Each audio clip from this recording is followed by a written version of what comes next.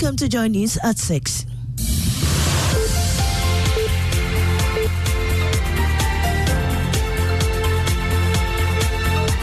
The news is live on Joy 99.7 FM and Hits 103.9 FM in Accra and Kumasi. We're live on 99.5 FM and over 30 affiliates across Ghana's 16 regions, including Sankara FM Yendi, Castle FM Cape Coast, Laura FM Laura, Radio Max Takrady, Get Radio TV, and online content on the myjoyonline.com interactive app.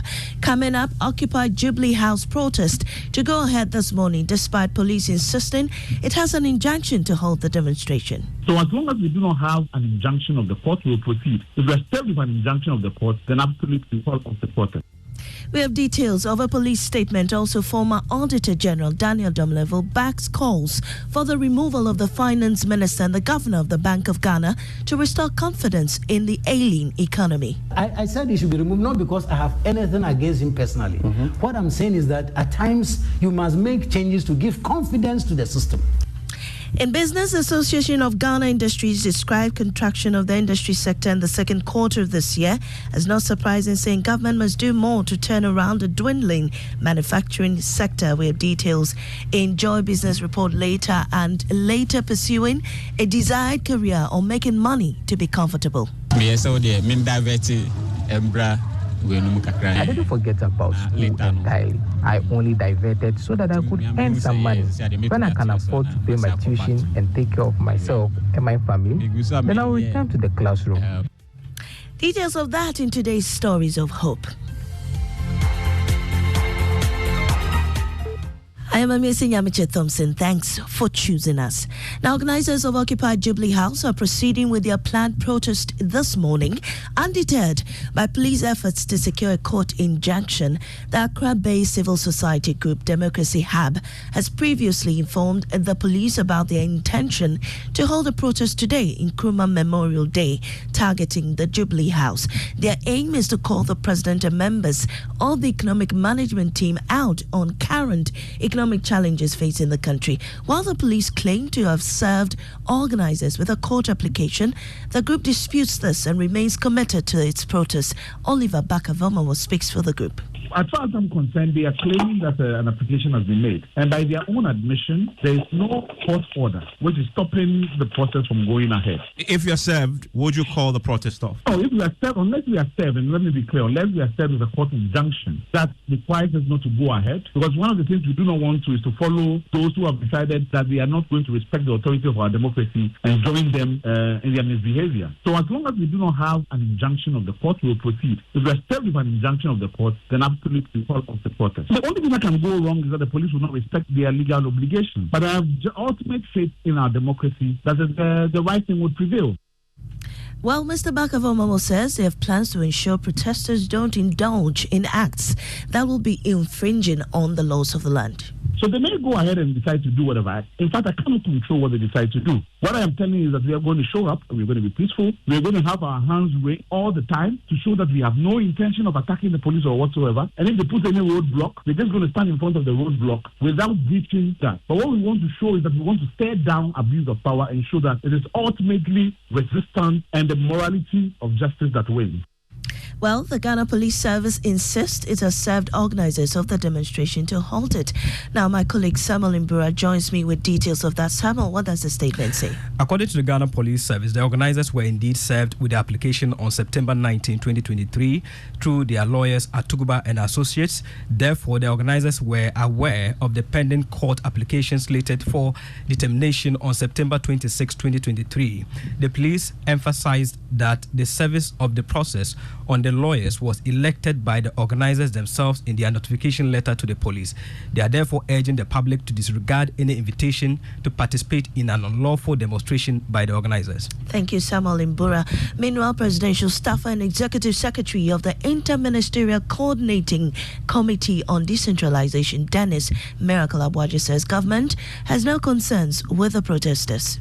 Government has no reason to be worried if anybody was to protest. I'll be surprised if anybody without a selfish parochial interest would accept that government has anything to do with it. The police have a job to do. Let's allow the police to do their job. Let's allow protesters to protest. Let's allow the protesters to do that within the law. Let's allow the police also to do their work within the law. If government has anything to do or say with or for or against a protest, the government will say so.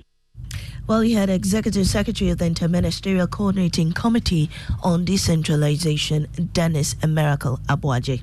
Former Auditor General Daniel Domlevo is throwing his weight behind calls for the removal of the Finance Minister and the Governor of the Bank of Ghana. The two managers of the economy have come under massive pressure for the current state of the economy, with many demanding their sack. Speaking to Raymond Aqua on Upfront, the former Auditor General insisted they should leave office to restore confidence in the economy. The Minister of Finance. He should go? Yes. The economy is in trouble. And when I saw a group of members of parliament asking for his dismissal, I thought it should be done. Okay. Yes, at least to give confidence to the system that, look, we are serious. We want to get people who should go. But he is still there. I said he should be removed, not because I have anything against him personally.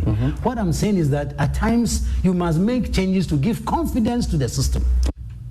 Mr. Domlevo has also been downplaying President Akufo-Addo's self-assessment of his fight against corruption. I don't believe that the president was very objective and sincere with us. I don't believe that. Because, you see, many times he even preempts the investigation. So remember, all this investigative machinery are under the president. No matter how independent you are, we have some respect for the presidency. If the first man, the first gentleman of the state is already taking sides or maybe expecting that nothing should happen, then are you surprised if nothing happens? Daniel Domlevo is former Auditor General. Tax consultant Kwekweje Nyamiche has criticized the approach used by the Ghana Revenue Authority to collect taxes from the Ghana Union of Traders Association, GUTA. GUTA has accused the collector of consistently intercepting their already cleared goods over allegations of under-declaration. Listen to President Dr. Joseph Obeng. A few days ago, our Ashanti Region branch issued a press conference on this constant harassment and intimidation of traders in the region by GRE officers after their cargoes have passed through the due clearing processes at the port of Tema and released them to them.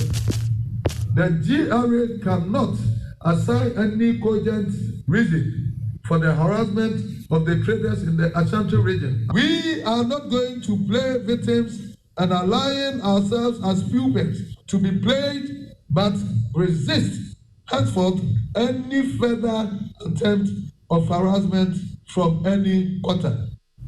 While weighing in on the issue, tax consultant Kwekweje Nyamiche says the GRA's approach is wrong.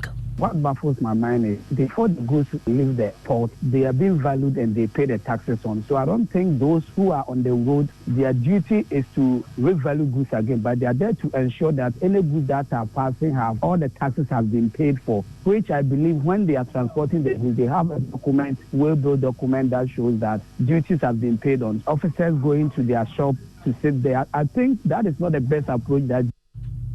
You had tax consultant Kwekweje Nyamiche. Now, to work or to stay in school, Michael kept tossing this coin till he settled on working so he can offer his family a good life. This was also a sacrifice he made because his dream of becoming an IT expert is hanging in the balance now. But as zealous Michael tells Hannah Adami, time is not a factor for him in the pursuit of that dream. He explains why in today's edition of Stories of Hope. Michael rides a tricycle popularly known as Pragya in Ghana. The three-wheeled, four-seater yellow-sprayed vehicle with black trampoline windows is what puts food on the table for two children and a wife. He is comfortable for now. What I've decided to do is to save between 250 to 300 cedis every week. Michael, however, didn't set out to be a tricycle rider. He was a student of the National Institute of Information Technology, NIIT, a path he chose so become an IT expert. I didn't forget about school entirely. I only diverted so that I could earn some money. when I can afford to pay my tuition and take care of myself and my family, then I'll return to the classroom.